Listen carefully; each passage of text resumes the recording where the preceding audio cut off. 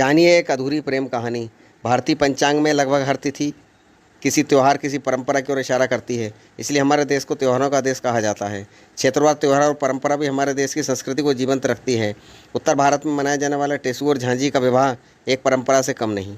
यह परंपरा हर वर्ष नर्मदापुरम क्षेत्र के साथ पूरे भारत में शारदीय नवरात्र से शुरू होकर शरद पूर्णिमा तक निभाई जाती है।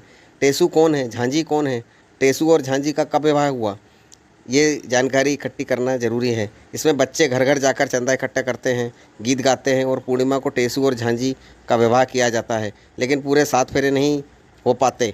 रात को टेसु अलग को नदी में विसर्जन कर दिया जाता है और झांझी को तोड़ ताड़ दिया जाता है। मेरा टेसु यहीं अड़ा, खाने को मांगता दही बड़ा। 3 लकड़ियों को लेकर ढांचे पर धड़ बना होता है जिस पर एक दिया जलता रहता है। झांझी एक मिट्टी की मटकी जिसके चारों तरफ छोटे छोटे छेद होते हैं, अंदर एक दिया जलता रहता है। बच्चे मनोहारी गीत सुनाते हैं। टेसु झांझी का विवाह की परंपरा महाभारत काल से शुरू हुई। भीम का पुत्र था घटोत्कच एवं घटोत्कच का पुत्र बर्बरी। बर्बरी क्षत्रिय एक ब्राह्मण कन्या से प्रेम हो गया। बर्बरी ब्राह्मण कन्या से विवाह करना चाहता था, लेकिन ब्राह्मण को यह विवाह बिल्कुल मंजूर नहीं था। अब बर्बरी विवाह के लिए पीछे पड़ गया। तब ब्राह्मण ने बोला कि 15-20 दिन टेसु बर्बरी को इंतज़ार करने को कहा।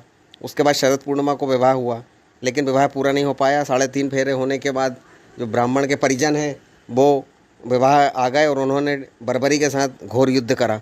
इसमें बर्बरी की हार हो गई। फिर बर्बरी यमुना जी में कूद गया और उसके बाद झांझी की हत्या कर दी गई उनके परिजनों द्वारा। फिर बर्बरी को बड़ा दुख हुआ।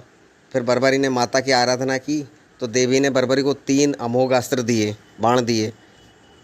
और उसके बाद फिर बर्बरी ने, जब उस बर्बरी को ये जानकारी मिली कि झांझी तो इस दुनिया में नहीं है, तो बर्बरी को बड़ा दुख हुआ। फिर उसकी माँ ने कहा कि बर्बरी, जो हारा उसका तुम सहारा बनो।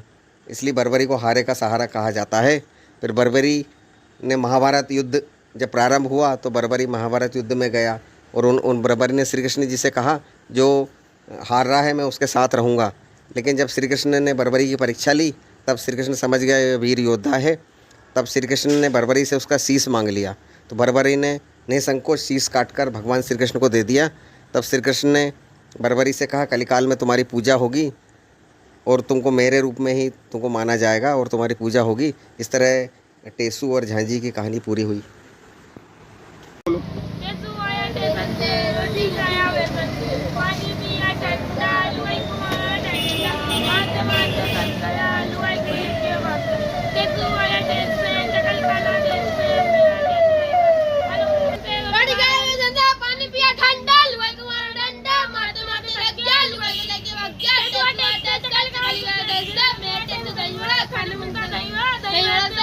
कितने लोग को मारता है? 8 गोले 9 सवारी जल्दी करते सब तैयारी। कीर्तन 900 मोती 900 रंग एक रंग की बनी। आगे क्या?